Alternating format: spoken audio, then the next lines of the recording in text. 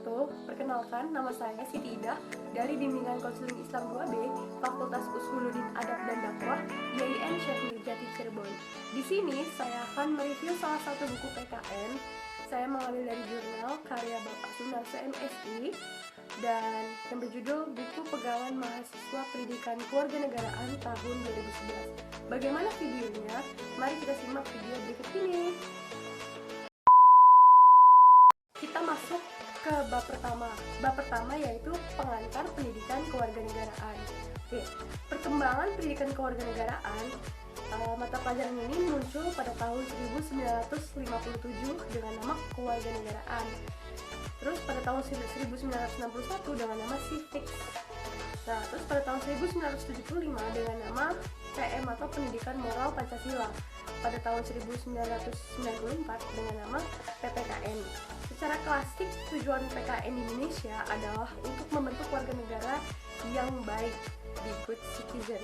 Nah, fungsi PKN adalah membentuk warga negara yang cerdas, terampil, dan berkarakter berbangsa dan bernegara. Dan tujuan PKN yaitu berpikir kritis, irasional, dan kreatif, terus berpartisipasi secara bermutu dan bertanggung jawab, terus berkembang secara positif dan demokratis, berinteraksi dengan bangsa lain. Nah, pendidikan kewarganegaraan sebagai mata kuliah pengembangan kepribadian atau bisa disebut sebagai MPK. Nah, pendidikan tinggi di Indonesia mempunyai fungsi untuk pembentukan sosok lulusan yang utuh dan lengkap.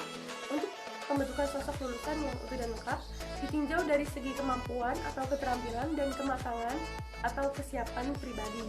Nah, kompetensi yang diharapkan dari PKN adalah dimilikinya seperangkat tindakan cerdas, penuh tanggung jawab dari seseorang warga negara dalam berhubungan dengan negara, serta mampu turut serta dalam memecahkan persoalan yang ada di masyarakat, bangsa, dan negara.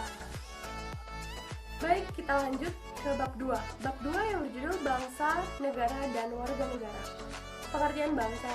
Bangsa itu adalah orang-orang yang bersamaan asal, keturunan, adat, bangsa, bahasa, dan sejarahnya, serta berpemerintahan sendiri.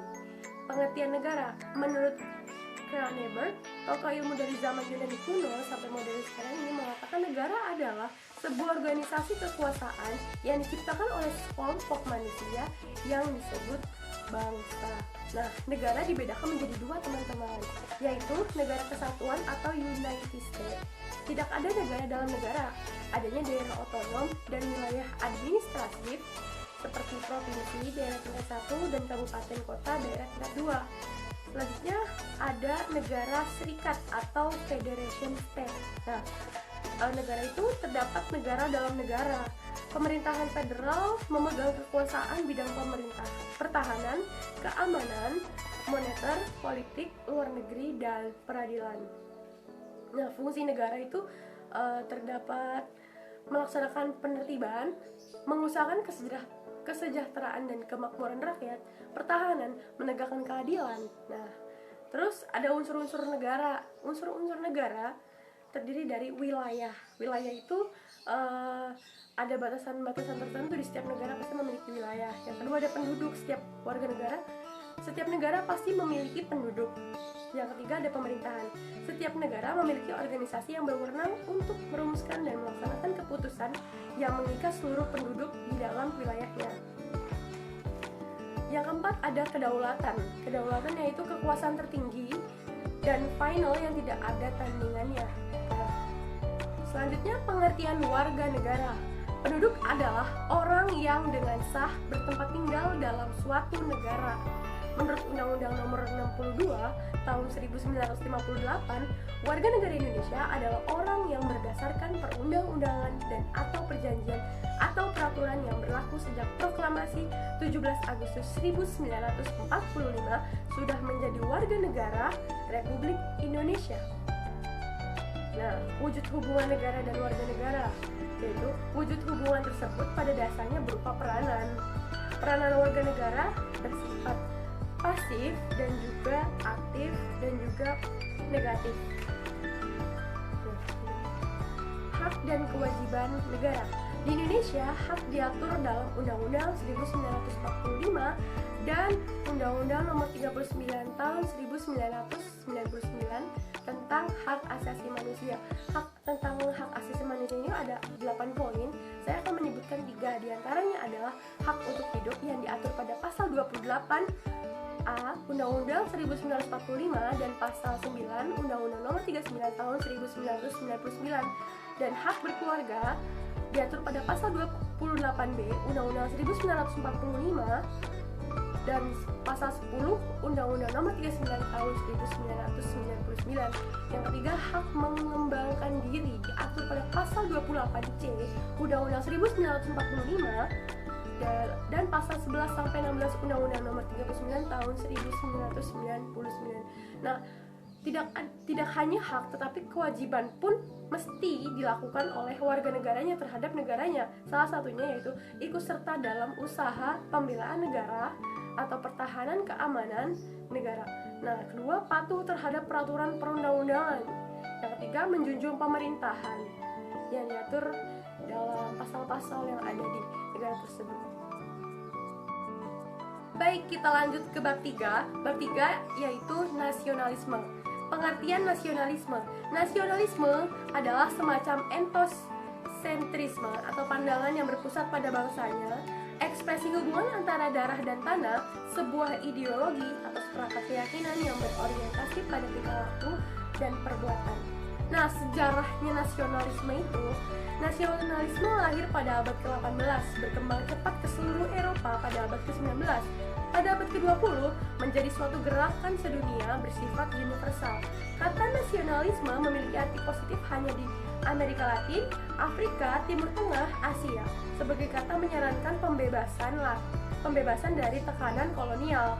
Nah, sedangkan di Barat menggunakan kata patriotisme. Nah, nasionalisme dibayangkan dengan sesuatu yang jelek, jadi tidak menggunakan kata nasionalisme tetapi patriotisme. Nasionalisme di Indonesia. Bagi Indonesia, nasionalisme merupakan kunci untuk mengatasi keberagaman adat istiadat, budaya, agama, serta etnis. Tanpa nasionalisme sebagai alat pemersatu, sulit kiranya untuk mencari titik temu dari berbagai kebiasaan yang berasal dari berbagai etnik. Selanjutnya kita ke bab 4. Bab 4 berjudul demokrasi. Pengertian demokrasi. Demokrasi itu berasal dari bahasa Yunani. Demos artinya rakyat, kratos artinya pemerintahan. Jadi demokrasi berarti pemerintahan oleh rakyat. Demokrasi adalah suatu pemerintahan dari rakyat, oleh rakyat, untuk rakyat. Itu adalah pendapat dari Abraham Lincoln. Ada 2 tataran berpikir mengenai demokrasi. Yang pertama, demokrasi sebagai ide atau konsep. Kedua, demokrasi sebagai praksis, sudah menjadi sistem terikat seperangkat aturan. Demokrasi konstitusional. Nah, ciri khas demokrasi ini, pemerintahan yang demokratis adalah pemerintahan yang terbatas kekuasaannya dan tidak dibenarkan bertindak sewenang-wenang terhadap warga negaranya. Demokrasi dan masyarakat madani. Abad ke-20 lahir wacana gerakan politik global, istilah civil society atau masyarakat madani. Kata tersebut masuk ke dalam wacana lembaga-lembaga multilateral. Popularitas wacana masyarakat madani di Indonesia terhadap tahun 1990-an, turunnya Soeharto, penguasa Orde Baru pada tahun 1998, 21 Mei. Terpulang dan relevansinya dengan perkembangan politik. Nah, pilar-pilar demokrasi yang berlaku universal ada 2, yaitu demokrasi konstitusional abad ke-19 dan pada abad ke-20. 19 dikenal sebagai negara hukum atau klasik, pada abad ke-20 dikenal sebagai rule of law yang dinamis. Demokrasi Pancasila adalah paham demokrasi yang bersumber kepada kepribadian dan falsafah hidup bangsa Indonesia yang perwujudannya seperti dalam ketentuan pembukaan Undang-Undang Dasar 1945. Nah, pelaksanaan demokrasi di Indonesia sudah berlangsung sejak lama. Nah, yang pertama, perkembangan demokrasi di Indonesia. Yang kedua, pelaksanaan demokrasi di Indonesia antara tahun 1945 sampai 1950. Yang ketiga, pelaksanaan demokrasi liberal pada tahun 1950 sampai 1959. Yang keempat, pelaksanaan demokrasi terpimpin pada masa Orde Lama. Dan yang kelima adalah demokrasi Pancasila pada Orde Baru. Yang terakhir, pelaksanaan demokrasi Pancasila di era reformasi. Pada bab selanjutnya adalah bab 5 yang berjudul tentang hak asasi manusia. Hak asasi manusia adalah hak yang dimiliki manusia yang telah diperoleh dan dibawanya sejak dalam kandungan dengan tidak membeda-bedakan bangsa, ras, suku, agama maupun jenis kelamin, dan bersifat universal. Pengakuan HAM diperoleh melalui sejarah yang sangat panjang. Di Inggris dikeluarkannya Magna Carta tahun 1215.